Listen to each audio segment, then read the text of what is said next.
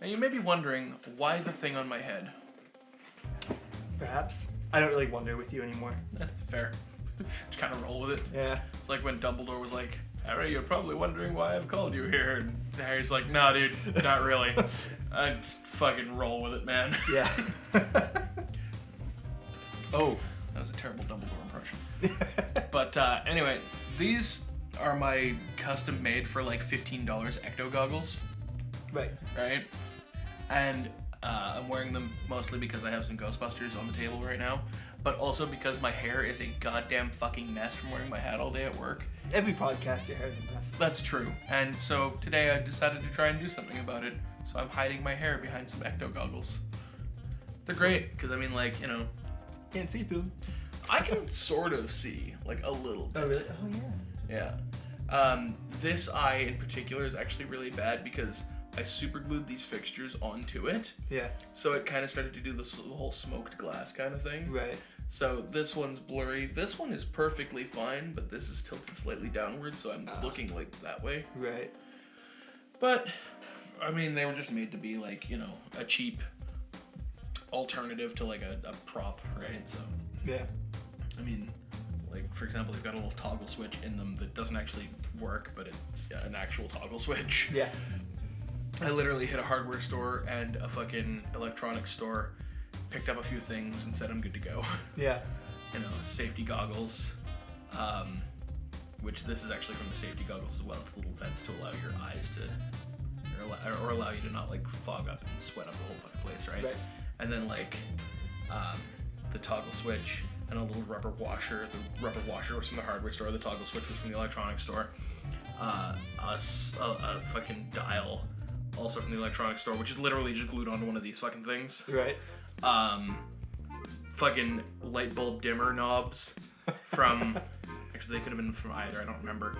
And then some like PVC fucking plumbing fixtures and shit from the hardware store. Yeah. And then I just found some elastic and sewed it on. Right. Cut a hole through the top and fed it through and whatnot, and then this is just the strap from it. And I was like, boom, I have ecto goggles, fuck it, I'm good. Yeah. Can of black spray paint later, and a little bit of silver, and I'm like, alright, fuck it, good. Cool. Yeah, it cost me like $15, it's great. Nice. So, I'm gonna make you do something. You might want to avert your eyes. No, not you, them. Oh. You're gonna wanna pay attention. No. So, one of the things that I guess we might start trying to do, we're at that point of podcast topics where we're sort of gonna start throwing shit against the wall and seeing what sticks. Seeing what we enjoy doing, not just what, you know, people enjoy watching, although that is a bonus if people enjoy watching it as well. But, so one of the things we're gonna try today is, I'm gonna get you to pitch me a movie. Okay. And eventually, on the Facebook page or something like that, people can start sending in the sort of movie they'd like to see us pitch.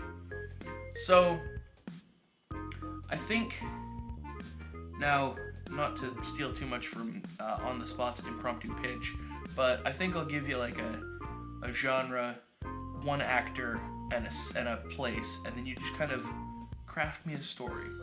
Unlike on the spot, you don't have to take 60 seconds, and I'm not going to try to fuck you up any way, shape, or form. Right. But just like, you know, pitch me a story, and I mean, I don't know what we could possibly do if we get one that's really good or not, but Like short film, right story. I mean, fun to try anyway, right? So today we're gonna do a science fiction supernatural horror / thriller, okay? Set on a derelict medical research space station. Derelict. So that's like abandoned. Yeah.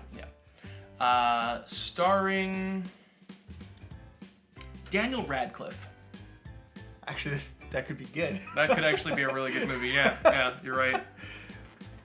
Okay, so Daniel Radcliffe in a space station, like, is the space station specifically medical? Like yeah, a hospital it's a medical research. Medical research. Yeah, it's a derelict medical research space station, probably orbiting a planet.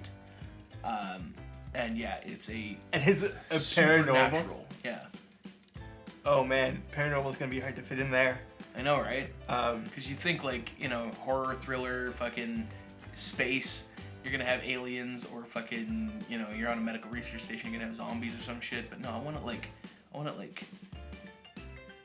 yeah, definitely like supernatural, paranormal type shit. all right. And not Harry Potter in space. Although that would be pretty interesting as well. Harry Potter in space. Go ahead, sorry. So, let's see. I want to just call him Harry Potter.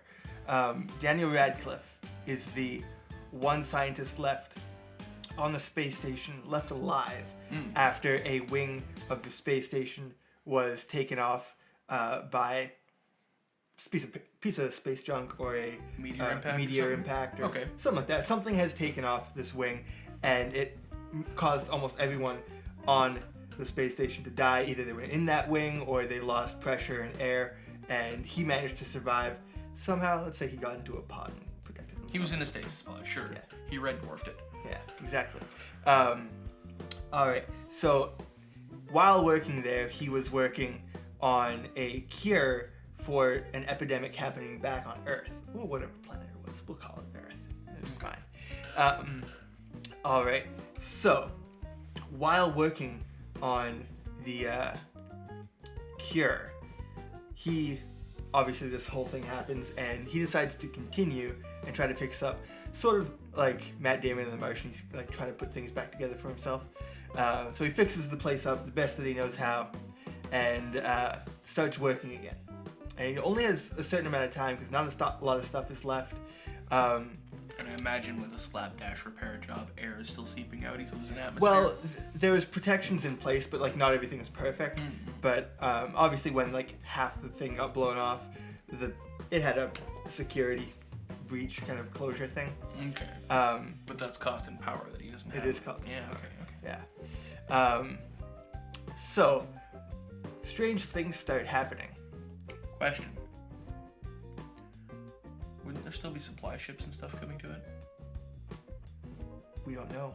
Okay. There hasn't been one. Okay. In a while. Keep going.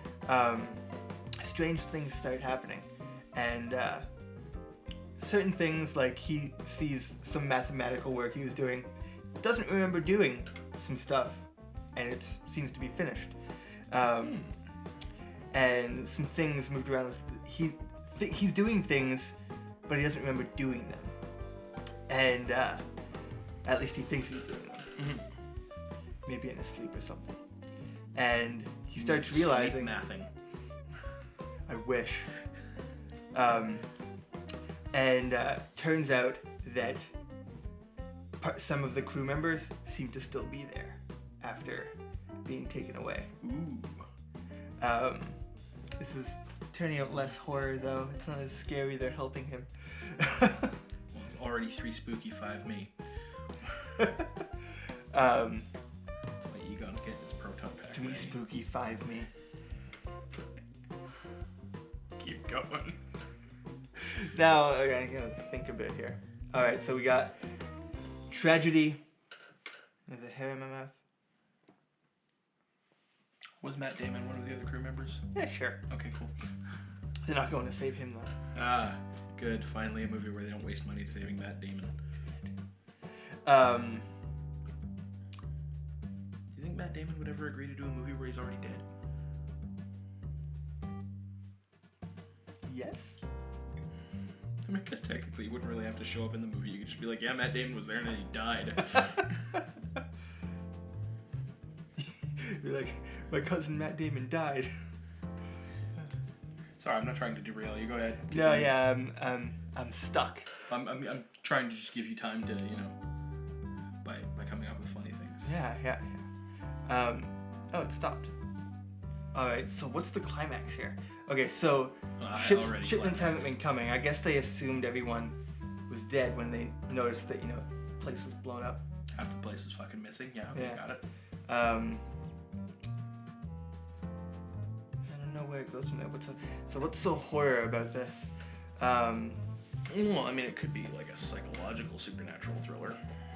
Right, so the real thrillingness is him trying to figure out what the hell's going on with him. Mm-hmm. Why he's doing stuff in his sleep, but he's not actually. And, unless he is, and the crew members' spirits are possessing him. maybe. So what's the climax here? Well, the climax is when the spirit of a female coworker he used to have appears before him and possesses his junk. Then he climaxes all over the fucking station.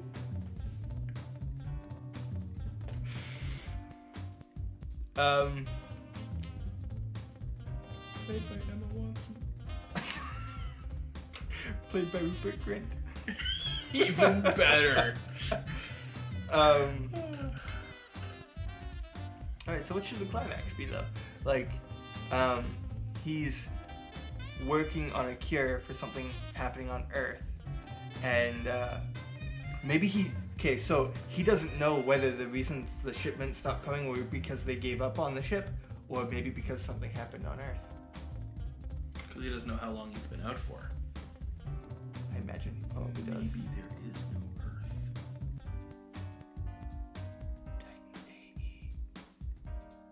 Planet Bob. Oh shit.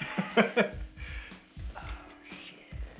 Day one in the Ghost Space Station. The Ghost Hospital. Well, he was in the Ghost House ER recently. Yeah. He just got out of the Ghost House ER.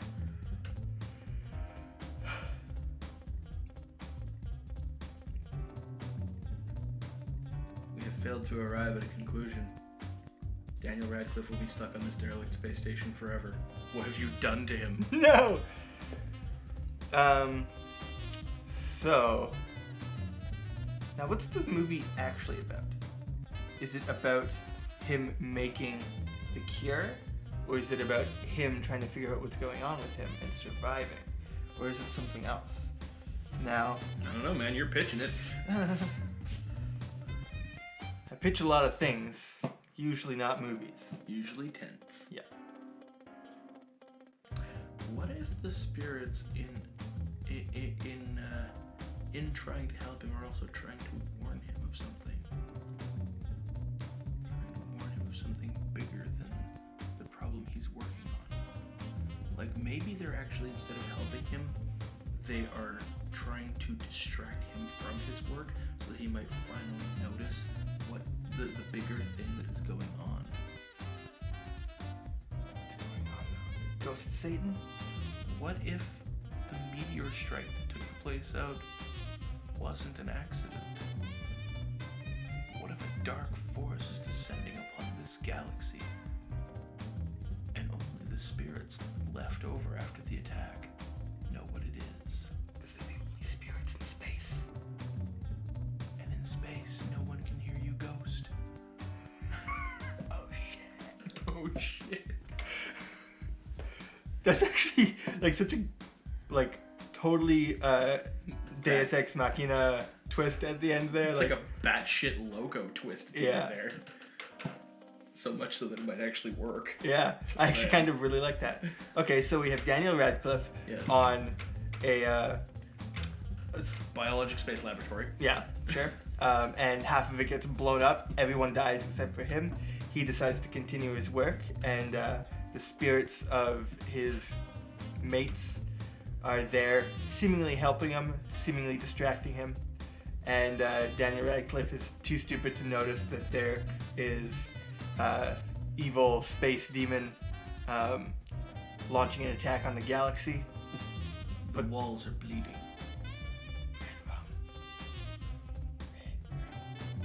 I prefer brown rum. I'm not a rum guy. I got really drunk on it once. I get really drunk on it often. It was bad. I hit my head. 2 lesbians helped me home. Awesome. They were cool. I had a chick in a relationship with another chick this to me while I was really drunk one time. Huh. Redhead Australian chick. Very nice. I'm just imagining, what's her name? She's quite often on Screen Junkies. She's Australian I redhead. don't know. She's cool.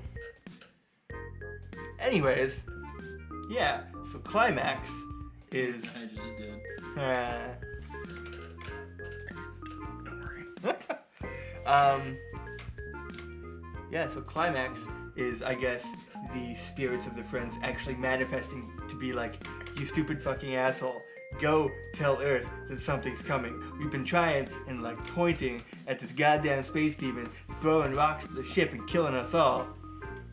And then Daniel Radcliffe realizes that they had been changing his research into something that instead of fighting a plague on Earth, will fight this monster. And he wields some crazy formula in battle, which creates like a spectral sword that can pierce the heart of the space ghost demon. And then the spirits of his friends form a spirit armor around him, and he becomes the ghost knight of outer space.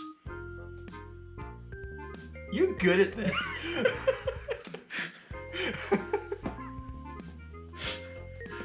That would actually be pretty fucking great. I just imagine him like mixing these chemicals And it's all like, of a sudden, sword! What the shit? But yeah, then he gains the ability to like breathe in space and fucking fly and shit like that, and fucking has this like spectral sword of awesomeness and goes into battle against Space Satan, and it's just like, fuck you, Space Satan, ghost sword, and he's like, whoa, dude. calm down. calm your tits. I don't know. I'm sure some of your fucking spirit armor is female. The breastplate. Ha. Sorry, I'm just throwing shit out there now. Oh man, I'm gonna come back to this one day. All right, and sounds good. I will probably like just write that out. Yeah, that's great. Yeah, because like fucking. If it's like I said, if the pitch is good enough, we could do something with it. Like even write it into a story. Where does it start though? Does it start with him cleaning up? No, it starts with him waking up with no idea of what happened. He has to piece together first what happened, security footage, shit like that, right? Right. Sensor logs, whatever, right? Oh And yeah, then- that's a good. And then sort he of, can start rebuilding from there. You're better at this than I am. Well, to be fair, I started off on Sci-Fi, and that shit's like my fucking bread and butter. Yeah. Obviously, I've had a lot of Sci-Fi. Next app.